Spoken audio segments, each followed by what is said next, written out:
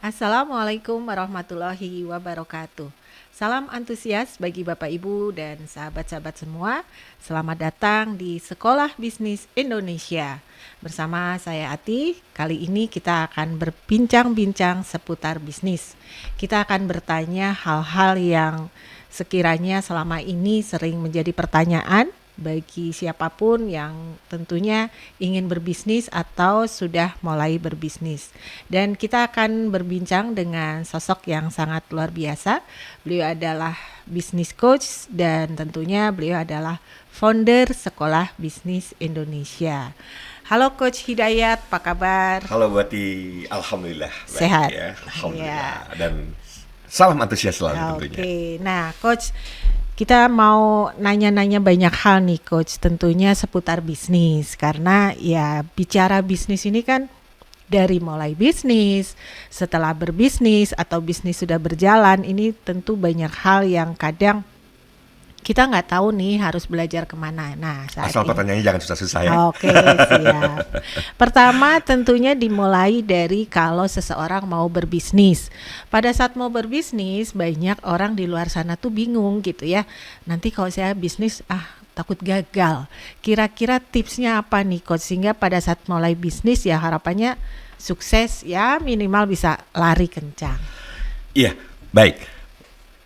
Pertama tentu bagi siapapun ya yang mau mengawali bisnis, penting untuk dipahami sejak awal bahwa bisnis ini memang complicated ya. Jangan mengambil beban terlalu berat ya. Dilan aja belum tentu sanggup gitu. Rindu itu lebih berat daripada bisnis atau bisnis lebih berat? Iya, karena begini, banyak orang ketika mengawali bisnis tuh A sampai Z-nya diambil sendiri. Produksi sendiri, ya, kemudian rekrutmen karyawan sendiri, pembukuan sendiri, memasarkan sendiri. Akibatnya apa? Kompleksitas yang begitu luar biasa, tentu kalau buat pemula menjadi berat. CEO ya Coach ya? Chief everything.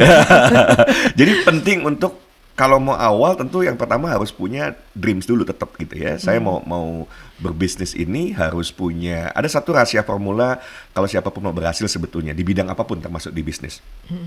Pertama, ya ini adalah rahasia formula sukses ya. Yang pertama perlu hasil yang jelas. Saya mau berbisnis. Nah, hasil yang jelas ini bisa sebuah visi, bisa dreams, bisa goals, bisa apa yang mau dicapai gitu ya. Sehingga seseorang punya satu gairah yang besar untuk bisa mengawali sebuah bisnis. Orang yang punya visi ke depan gitu ya, dia bisa lihat perusahaan yang mau dibangun ini akan menjadi sebesar Seperti apa, apa? cabangnya berapa banyak, omsetnya atau bahkan profitnya mau berapa besar gitu ya. Karyawannya mau seberapa banyak, mau ada di berapa kota, di berapa negara. Ini menjadi tentu energi tersendiri. Jadi miliki satu visi yang jelas, yang kemudian tidak kalah pentingnya ada visi, ada dreams gitu ya, ada impian yang ingin dicapai, dan juga turunkan ke tataran teknis menjadi goals. Oke, jadi kalau mau mengawali bisnis, kita sudah tahu dulu, oke, saya mau menjadi pebisnis tuh, ya saya mau meraih apa, ya. Jadi awali dengan visi yang jelas, dan tidak kalah pentingnya sebetulnya ada satu buku menarik yang saya sarankan, ditulis oleh Simon Sinek, Start With Why. Jadi penting kalau orang mau bisnis, kenapa sih mesti bisnis? Emang mesti bisnis? Ya. Jangan-jangan nggak harus berbisnis gitu Betul, ya. betul. Cuma mau cari income, memang pilihannya untuk cari income hanya dari berbisnis. Nggak harus dari bisnis gitu ya. Karena pada saat seseorang memutuskan untuk berbisnis, dia tidak punya impian yang cukup besar. Begitu menghadapi tantangan, dia akan berhenti di tengah jalan. Ya. Dan seseorang yang punya mimpi besar tetap harus mengawali dari satu langkah kecil. Itu kenapa? Jangan ambil yang kompleksitasnya bisa jadi kita terlalu berat untuk menanggung di awal. Misalnya? Ya. Jadi misalnya kita ambil saja dulu salah satu yang bisa dimulai oleh siapapun pemula ya, mengambil peran di dunia sales and marketingnya dulu. Jadi kita nggak mikirin produknya nih, Betul. kita tinggal pilih produk yang Jualannya sudah ada, kita latih diri kita menjual. Karena berbisnis pasti berhubungan dengan dunia penjualan. Nggak ada bisnis yang nggak jualan ya, produk atau jasa. Jadi kita bisa mengambil wilayah itu terlebih dahulu misalnya ya. Dengan demikian maka ini menjadi ringan. Kecuali saya bisanya di wilayah produksi, nggak apa-apa, cari yang bisa bantu jualan gitu ya, kerjasama. kerjasama, sehingga kita nggak mikirin semuanya, nggak Betul. mikirin produksinya, nggak mikirin penjualannya, semuanya kita sendiri yang memikirkan, dan ini terlalu berat untuk seorang pemula. Jadi saran saya, miliki visi, ya, miliki visi dan diawali dari menjawab dulu pertanyaan, why, ya, kenapa seseorang harus berbisnis, kenapa dia harus berbisnis? Ya. Karena kalau itu nggak terjawab, ya, begitu menghadapi tantangan dia akan berhenti di tengah jalan. Oke. Seperti itu. Ya, berarti sebelum berbisnis tadi kan mikirnya jadi banyak nih coach ya, ada visi, ada dreams, ada goals. Jadi Mulai aja nanti- jualan, latihan jualan. Nah, gitu. sederhananya begitu, Karena ya. takutnya semakin banyak yang dipikirkan, ini kapan mulainya nih gitu Nggak, ya. karena yang tadi ya, rahasia formula sukses saya tuntaskan. Kalau kita mau berhasil, pertama kita memang butuh hasil yang jelas yang ingin kita capai. Yang kedua, ya, rencana tindakan. Apa action plan-nya nih untuk bisa mencapai itu. Dan tidak kalah pentingnya sikap mental, ya. Karena inilah yang menentukan keberhasilan seseorang. Banyak orang berhenti karena mentalitasnya, ya. Dan seorang pebisnis memang harus punya mentalitas yang tangguh, ya. Nggak penting seberapa kali jatuh, yang penting ya seberapa kali bangkit dari kejatuhan itu. Itu yang akan membuat seseorang sukses di dunia bisnis. Oke, kalau begitu sebetulnya bisnis ini bakat atau bukan coach? Nah, maunya jawabannya apa? Karena kalau saya jawab bakat, akan ada yang kemudian tidak setuju dengan saya. Kalau saya bilang ini bukan bakat, juga ada yang tidak setuju. Karena memang di dunia ini ada mazhab-mazhabnya tersendiri gitu ya. Akan ada yang bilang ini sebuah bisnis itu perlu bakat, ada yang menentang. Nah, saya sudah mengalami dua-duanya. Maka bagi mereka yang punya prinsip enggak, siapapun bisa jadi pebisnis, maka coba belajar juga open mind, open heart untuk melihat dari sudut pandang orang yang menganggap bahwa untuk menjadi pebisnis itu dibutuhkan bakat. Ya. Oke. Nah, untuk mereka yang percaya bahwa bisnis butuh bakat, juga coba pengen tahu juga gitu ya, dari pendapat orang yang kemudian menganggap bisnis ini nggak perlu bakat gitu ya, jalan saja. Nah, tetapi dalam menjalani kehidupan, ini kan sebetulnya kita punya guidance, ya, kita punya Arahan. jadi kalau misalnya umat Muslim, kita punya Quran, ya, kita punya Quran sebagai pedoman hidup, dan clear bahwa setiap orang diutus ke muka bumi ini pasti punya misi. Nah, kebayang nggak kalau semua orang adalah pengusaha, semua orang jadi pengusaha, siapa yang Yeah. jadi dokter? Ya.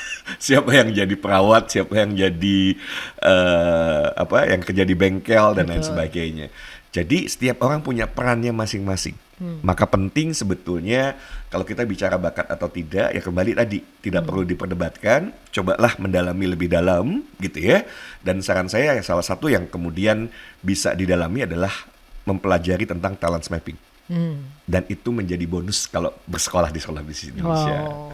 Talent mapping, bicara tentang bakat. Yes. Berarti kalau misalnya dia sudah terjun ke bisnis, kemudian gagal, terus bisnis lagi, gagal lagi, boleh dibilang, bisa nggak disimpulkan kalau dia nggak bakat? Tidak bisa langsung mengambil keputusan ya, karena itu tadi kalau saya belajar cukup dalam tentang talent mapping, ya, dan ini adalah tools yang menurut saya keren banget gitu ya, dibuat oleh Abah Rama Royani. Beliau bisa membuat sebuah assessment yang luar biasa, di mana kita bisa tahu, karena gini contoh. Jualan sama kan, di bisnis itu pasti ada jualan, ya, pasti Yeah. jualan lah. Yeah. Nah, menjual sendiri itu bakat atau bukan? Itu kan Yeah. kemudian jadi pertanyaan kembali Betul, gitu ya. betul. Marketing, sales and marketing itu berbeda. Ini bakat nggak sih orang di dunia marketing ini? Apakah setiap orang bisa belajar ilmu marketing atau tidak? Nah, saya mau berikan satu insight saja di kesempatan kali ini bahwa setiap orang pasti bisa jualan. Setiap orang pasti bisa belajar ilmu marketing. Tetapi yang membedakan dengan orang yang talented, Ya. orang yang kemudian Allah berikan memang kemampuan di situ, ketika dia belajar sedikit saja, itu kemampuannya akan luar biasa dibandingkan dengan orang yang tidak punya talent. Ya. Ya, itu yang akan membedakan. Jadi sama seperti seorang penyanyi, kalau dia tidak memiliki bakat, ya, Penyanyi. natural suaranya itu nggak bagus misalnya, mau dilatih oleh coach atau pelatih seperti apapun, ya segitu-gitu aja. Ya. Ya, jadi jangan langsung menjudge diri tidak berbakat, karena bisa jadi belum pernah terjun, belum pernah mencoba gitu ya. Nah, jadi dicoba terlebih dahulu, dan kemudian ya saran saya itu tadi, coba ikuti talent mapping assessment, dan bismillah insya Allah dari situ kita sudah mulai terpetakan gitu ya, potensinya ada di mana. Dan kalau kita bicara bisnis, kan begini, kita bisa katakanlah ya, kalau kita berbakatnya di dunia sales, Ya, tapi lemah dalam administrasi. administrasi, kita bisa bersinergi, berkolaborasi dengan orang yang kuat di administrasi. Jadi sebetulnya kenapa Allah itu maha adil? Karena Allah takdirkan orang dengan potensinya masing-masing untuk saling melengkapi. Jadi yang memang berbakat di administrasi, dia akan support mereka yang mungkin gagasannya luar biasa, kemampuannya mengambil resiko, tapi di administratif berantakan. Nah, tapi kan dalam konteks bisnis semuanya perlu, Ya. ya, semuanya dibutuhkan.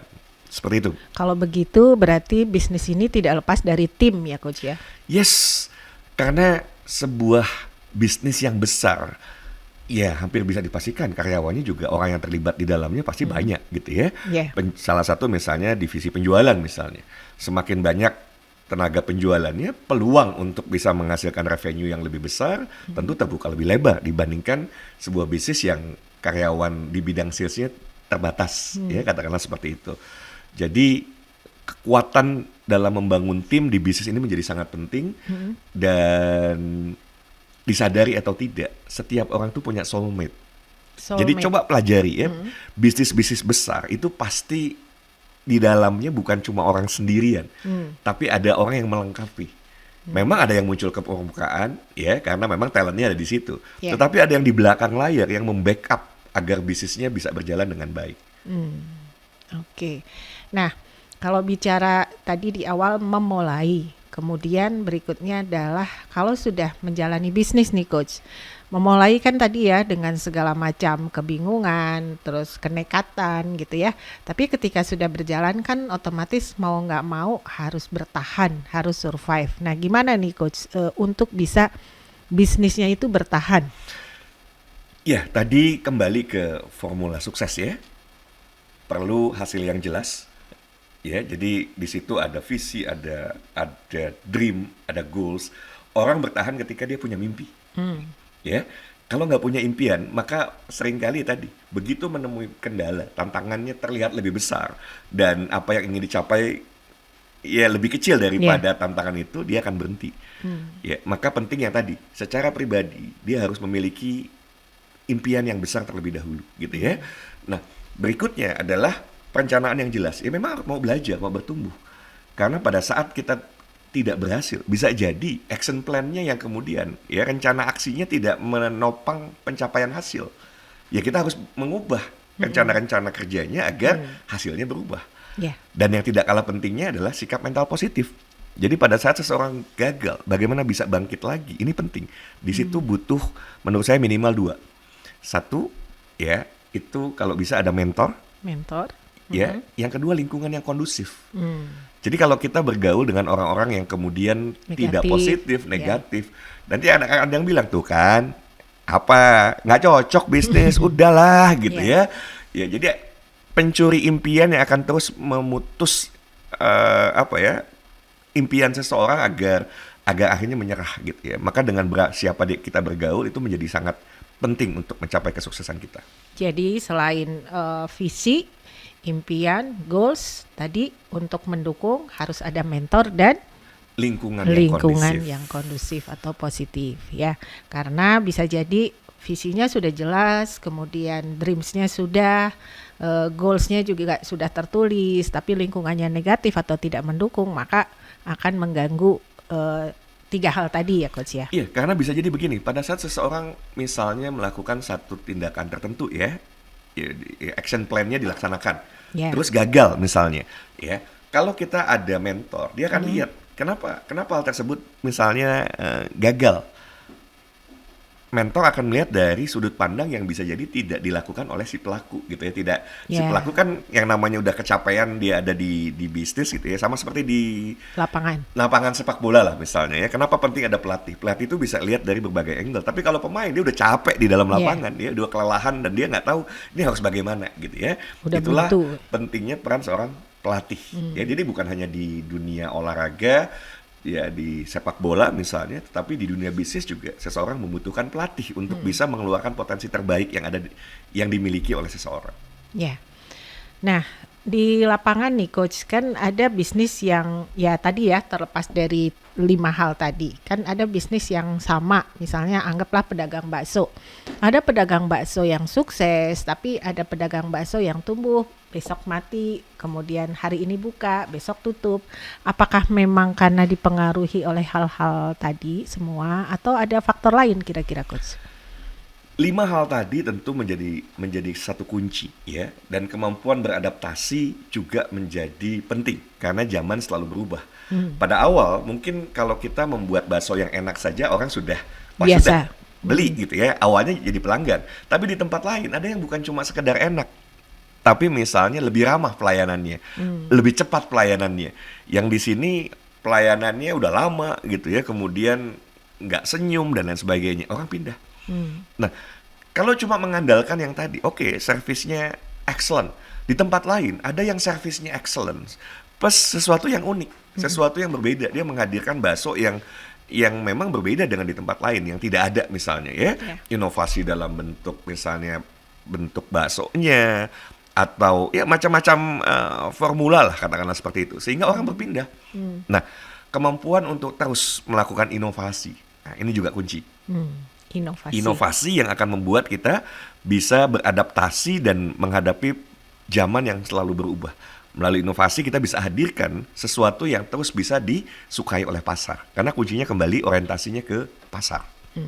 Berarti di awal adalah pemilihan bisnis ya, pemilihan jenis bisnisnya. Kemudian setelah berjalan maka harus difikirkan untuk selalu ada inovasi dan adaptable kali ya Coach ya? Iya. Karena kalau tidak beradaptasi dengan perubahan ya, contoh misalnya ya yang sekarang baru hingar-bingar gitu ya, bagaimana sebetulnya dengan adanya COVID, pola masyarakat itu sudah berubah memang. Pola perilakunya ya. Perilakunya berubah, yang semula biasanya senang misalnya belanja ke pasar baru, ya ke pasar tradisional lah misalnya seperti itu. Atau kalau yang kemarin heboh ke Tanah Abang gitu ya. Dengan adanya COVID kan orang akhirnya lebih memilih di rumah. Dan ini sudah tercipta satu habit baru.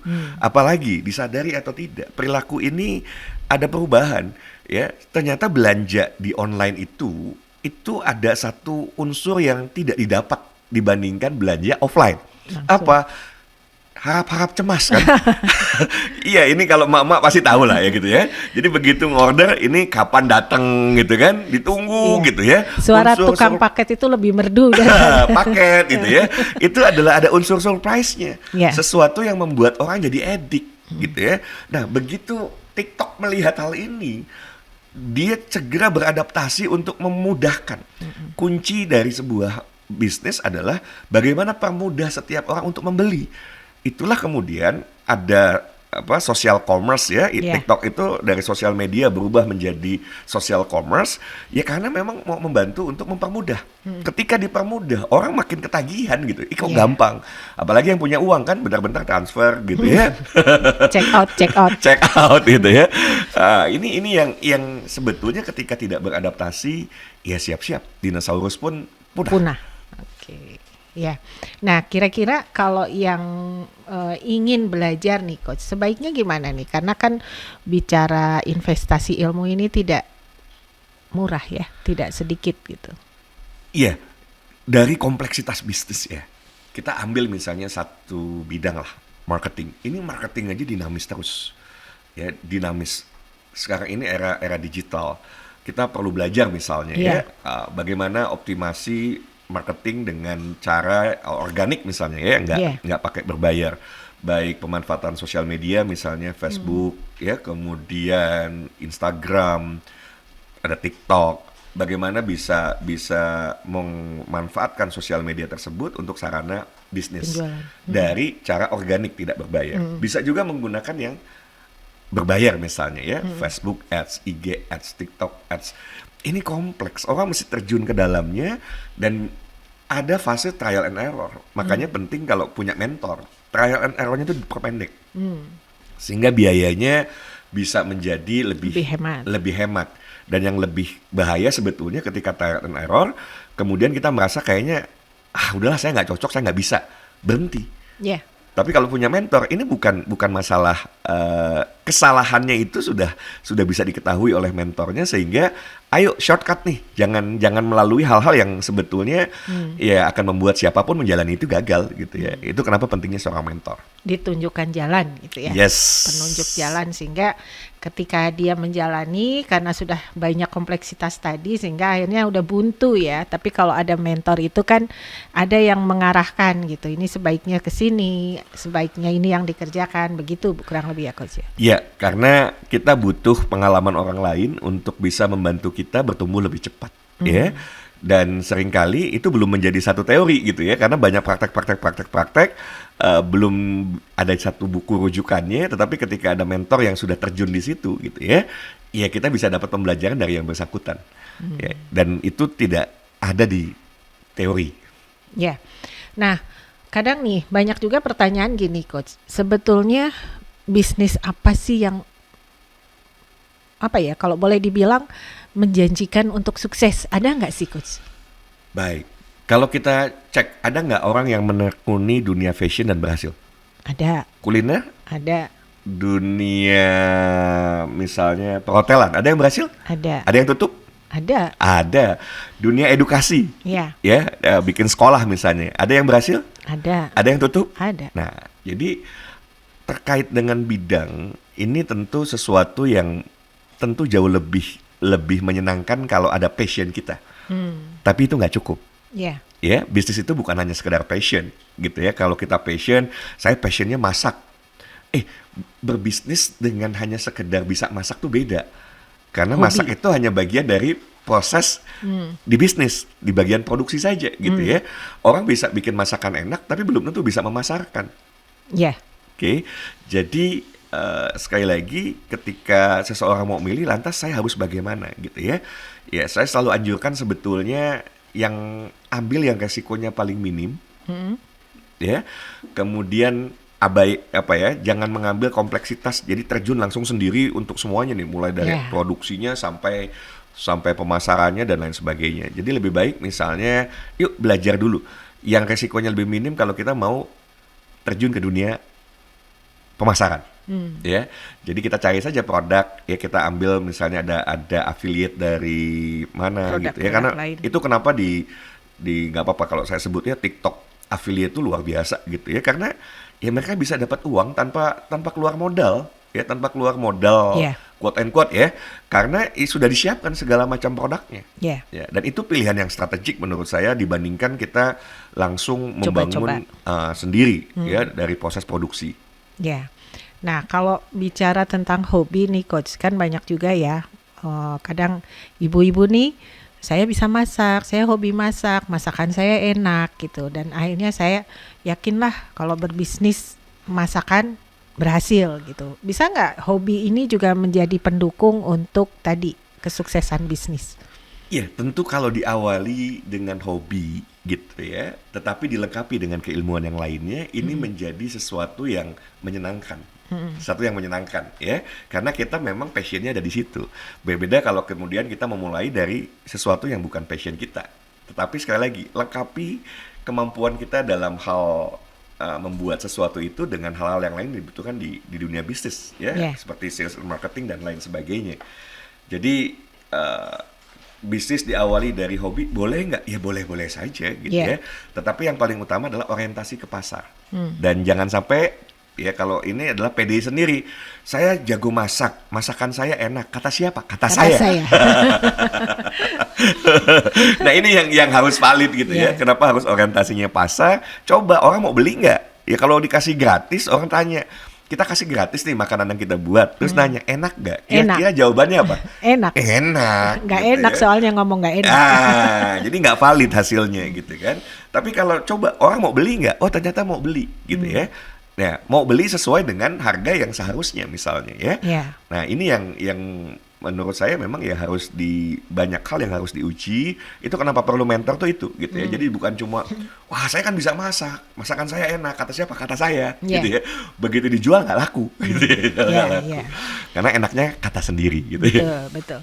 Nah, berarti kesimpulannya adalah bahwa untuk berbisnis kita juga perlu ilmu berarti ya Coach ya. Yes. Nah, kira-kira ada nggak saran dari Coach untuk belajar keilmuan ini gimana atau di mana? Jadi gini, kalau kita mau menekuni satu bidang ya, mau itu kuliner, fashion, atau apapun lah, terbaik carilah orang yang sudah sukses di bidang tersebut. Dan mintalah dia untuk jadi mentornya. Kalau perlu bahkan magang dulu. Ini meminimalisir resiko. Kita belajarnya A sampai Z gitu ya. Jadi bukan trial and error, tapi kita belajar dan kita dibimbing ya, daripada rugi misalnya lebih baik kan ya udah saya rela misalnya magang ya. Kerja nggak dibayar deh. Betul. Tapi bisa belajar banyak hal Yeah. ke orang yang memang sudah sukses di bidang itu gitu ya. Nah, seringkali kita kesulitan untuk bisa menemukan itu gitu ya. Yeah, Nah, insya Allah ada satu solusi. Ya, solusinya adalah yuk sama-sama belajar dan bertumbuh di Sekolah Bisnis Indonesia. Sekolah Bisnis Indonesia. Jadi insya Allah di Sekolah Bisnis Indonesia kita fasilitasi nanti orang-orang yang bisa menjadi mentor di bidang-bidang yang kemudian ya sahabat-sahabat semua Bapak Ibu mau tekuni gitu ya. Dapat keilmuannya, dapat mentornya, kemudian yang tidak kalah penting dibangun juga komunitas yang positifnya dan selama proses belajar bisa menjalankan sistem afiliasi yang dikembangkan yang bahkan sebelum lulus sudah bisa punya penghasilan yang luar biasa. Oh, menarik sekali nih Coach. Karena sebetulnya selama ini kan kadang kita pengen punya mentor bisnis, tapi seperti tadi Coach sampaikan ya, kan kalau misalnya bidang bisnis saya kuliner gitu ya, tapi kemudian mentornya juga belum pengalaman di kuliner, kan kadang kita juga belum dapat pengalaman praktis ya, karena pengalaman praktis itu kan ya tidak ada di teori dan itu adalah semacam tips sukses yang bisa membantu sekali. Nah di Sekolah Bisnis Indonesia ini berarti nanti mentornya dari berbagai bidang ya Coach ya? Iya, kita akan hadirkan bidang-bidang yang memang diminati tentunya ya, dimana nanti kalau memang ada di katakanlah suka mau berbisnis di bidang fashion, kita hadirkan juga nanti ya narasumber pembicara yang memang sudah sukses di bidang tersebut dan yang bersangkutannya juga bisa menjadi mentor bagi peserta. Ya, seperti itu. Ini Bismillah insya Allah bisa jadi solusi bagi siapapun untuk meminimalisir kemungkinan gagal, gitu ya. Jadi kemungkinan memperbesar peluang berhasil dan meminimalisir kemungkinan ketidakberhasilan. Ya, dengan adanya mentor, dapat ilmu yang memadai terlebih dahulu. Plus satu lagi, tidak sedikit bisnis yang tutup bukan karena bisnisnya jelek, tapi karena memang modalnya tidak memadai. Jadi kalau kita bicara tahap demi tahap dalam membangun bisnis, ceruk pasarnya belum dapat nih. Ya, kalau ceruk pasar belum dapat, berarti kan kita belum bisa memforecast. Apa yang kita tulis di awal di atas kertas, belum tentu begitu kita praktek ternyata pasarnya hasilnya tidak sesuai dengan harapan kita. Itu harus ada proses adjustment gitu kan. Sampai menemukan pasar yang tepat, ini bisa jadi butuh waktu. Dan karena ada tenggang waktu tertentu, disitulah biaya operasional kita harus sanggup nutupin terlebih dahulu. Ya, sampai ketemu ceruk pasarnya. Once ketemu ceruk pasarnya, maka bisnis menjadi jauh lebih mudah karena sudah mulai menghasilkan dan bisa diproyeksi. Diprediksi ke depannya menjadi omsetnya berapa gitu ya, itu bisa mulai diprediksi. Ya. Nah ini terakhir Coach, saat ini kan kondisi ekonomi keseluruhan pada umumnya ini di Indonesia kan sepertinya sedang ya mungkin boleh dibilang tidak mudah bagi sebagian masyarakat di Indonesia. Mau berbisnis belum punya modal, mau bekerja juga tidak mudah, apalagi bagi mereka mungkin yang usianya sudah bukan lagi usia produktif, terus yang sudah pensiun juga mungkin dulu belum sempat menabung yang cukup gitu ya. Jadi tantangan ekonomi itu saat ini menjadi satu fenomena yang benar-benar sangat-sangat tidak mudah lah buat semua masyarakat, sebagian masyarakat Indonesia. Kira-kira apa nih dari Coach? Sukses atau tidak di bidang apapun, dua yang memegang peranan penting. Satu mindset, dua mentalitas.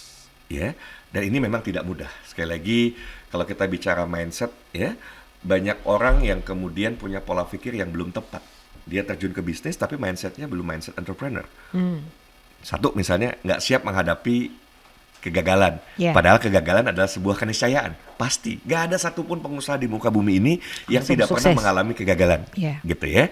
Tetapi bagaimana seseorang kemudian bisa bangkit lagi itu menjadi kunci. Dan di situ butuh mentality. Butuh mentalitas yang kuat.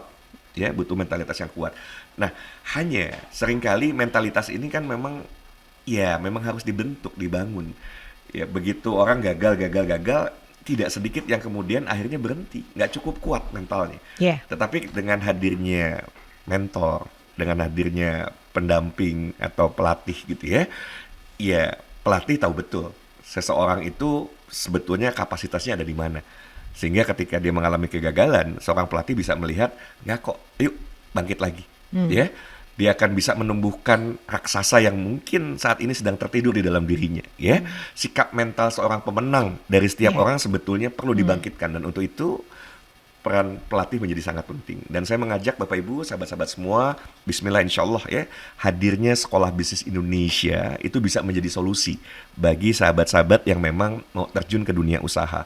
Apalagi kalau tadi disampaikan orang-orang yang sudah pensiun, hati-hati gitu ya. Tidak sedikit orang yang sudah pensiun, mereka ini kan mengejar lifestyle-nya, gaya hidupnya. Ya. Dia pengen penghasilan di saat masih bekerja sama dengan setelah Setelah pensiun. pensiun. Akibatnya apa? Ya, investasi sana, investasi sini, buka bisnis ini, buka bisnis itu, ya. Dan tanpa disadari, membangun bisnis itu tidak semudah membalikkan telapak tangan, termasuk Betul. juga berinvestasi. Betul. Salah-salah, malah akhirnya Habis. hasil kerja keras selama ini hilang dalam waktu sekejap.